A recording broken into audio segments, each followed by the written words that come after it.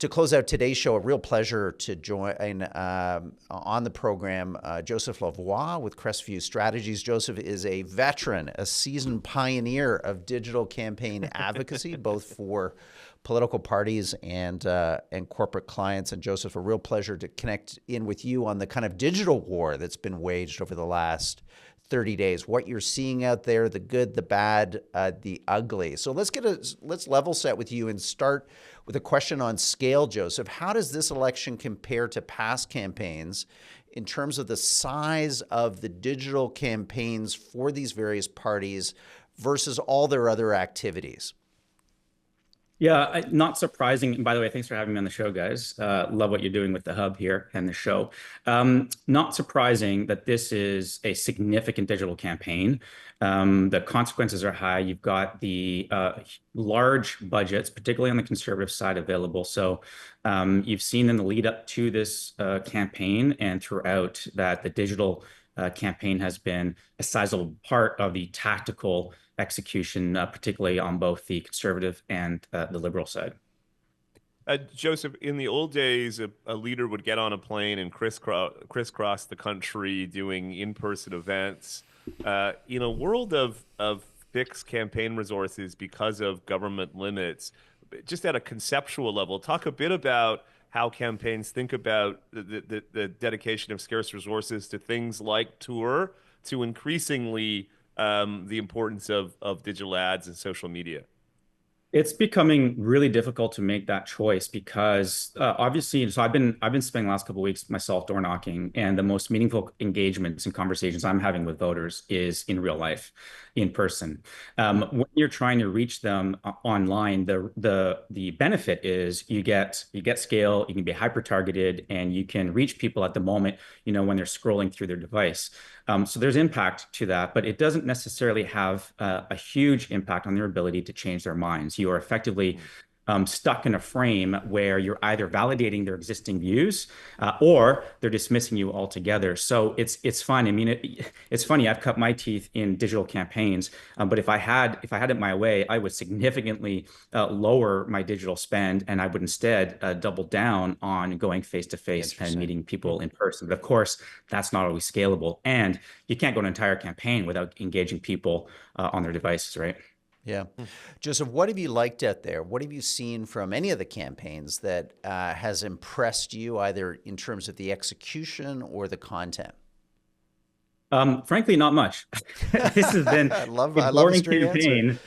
It's been a boring campaign on the creative side. I mean, look, we've got new ads the Conservative Party had put out this weekend. They're getting some flack for not being particularly creative with two men swinging golf balls, but that is sometimes the nature of creative work in a political campaign. Is you don't have room for nuance, you don't have room to get overly creative. You have such a short amount of time to deliver a crisp message, and sometimes you have to do it right on point. So I'm not, it's all standard stuff. I've analyzed, for example, some of the contrast ads that the Liberals and the Conservatives have put out. It is exactly the same framework, one campaign to the next. So the differentiation between the two on style and treatment is limited. I mean, obviously, the Liberals have decided to lean into Carney as the principal spokesperson that they're putting in the window. The Conservatives led with Pierre Poilievre at the start. I think we're seeing an adjustment as the campaign has progressed. But otherwise, it is, it's pretty standard playbook stuff.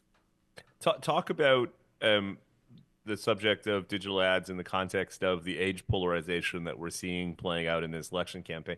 I think there's a tendency to assume that social media or digital ads is to target young people, not old people. But as I think we get more sophisticated understanding consumption patterns across the age distribution, that assumption I think has been challenged. It's my mom and her friends who are increasingly the types of people you're targeting on at least Facebook. Why don't you just talk about how age and age consumption issues play into all of this?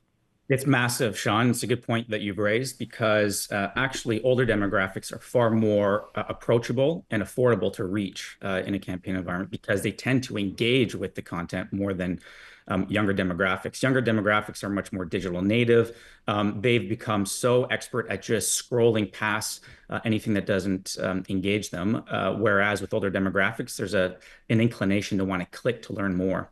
And so it's one of those interesting things where obviously the conservatives have right now are facing a need to engage older demographics, boomers right now, probably more so than they ever have had to. I guess on the positive side, that means for them that is a pretty efficient spend in terms of dollars spent and what you get in return. Yeah. Joseph, in the last election, there was a lot made about the risks of foreign interference. If you remember, I believe there was even like a PCO or cabinet secretary that was created. There were like early warning tools that they tried to deploy to identify when foreign interference in the digital domain was happening and how to respond to it. I've seen nothing about this in the campaign. Should I assume that's a good thing, that foreign interference, at least in the digital space, really hasn't been what it was before? Maybe it wasn't what it was before. I don't know. You tell us.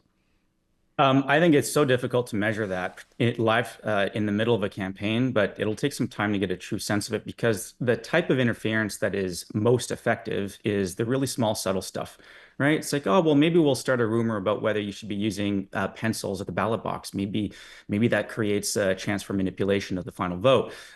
Small little rumors, little bits of misinformation that pop up in random little corners of the internet. That is a type of I'm going to call it foreign interference that has the greatest ability to spread. And it's not obvious in the first go. So I think there's going to be, we have to go into the corners of the internet where a lot of conspiracy theories are very present. And we'll get a truer sense there, the degree of the foreign interference we've had to deal with in this campaign. Down the stretch, Joseph, talk a bit about what you anticipate. Will we see a massive uptick in spending? And if so, what are the types of messages or ads or even the platforms that you think will be disproportionately used by the parties? Well, I think this one, I mean, if we zoom out a little bit, what we're definitely experiencing, what I've felt at the doors is the one thing I think everyone agrees on is this is a change election of some kind. Then it gets into the question of, well, what type of change do you want? And I have heard consistently, yeah, I agree with you, Joseph. I want change. But frankly, my change looks like red or blue.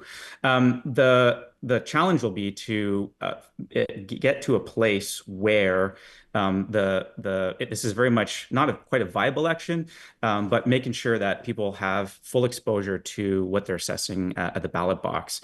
So I don't. That's a long-winded way of me saying, Sean, I don't predict that means we're going to see a whole lot of policy being put up in the window. It's going to come down to values. It's going to come down to a bit of a branding exercise between your two options. Yeah. Final question, Joseph.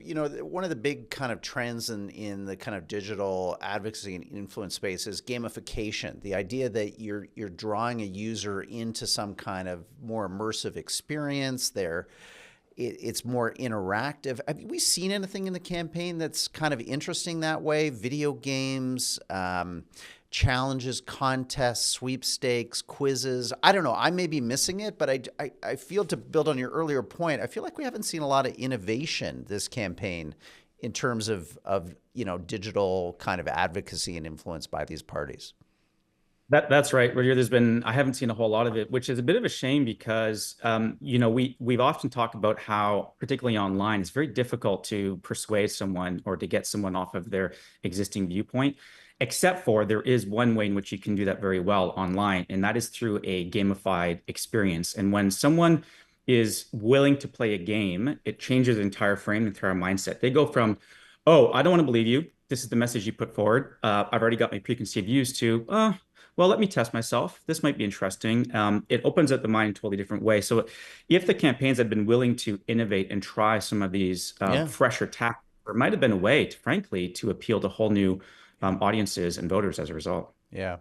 Joseph, so smart. Always great to have you on the program. And let's squeeze you in before the end of the election again, just to give us a final level set on where the kind of digital ad war is at as we close out to E-Day. That was Joseph Lavoie. He's a partner and digital campaign veteran at Crestview Strategies.